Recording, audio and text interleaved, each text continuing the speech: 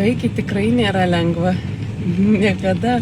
Kiekvieną kartą iš tikrųjų širdis daužosi ir didžiulė baimė ima, nes tai tiesiog prieštarauja, atrodo, visiems instinktams, atrodo neįmanoma, kaip aš tai padarysiu. Ir visgi aš tai padarau. Ir suprantu, kokia didžiulė yra sprendimo ir valios jėga. Koks stiprus yra tada susijungimas su savo viršų žmogiška galia. Nekovojam, bet atsipalaiduojam.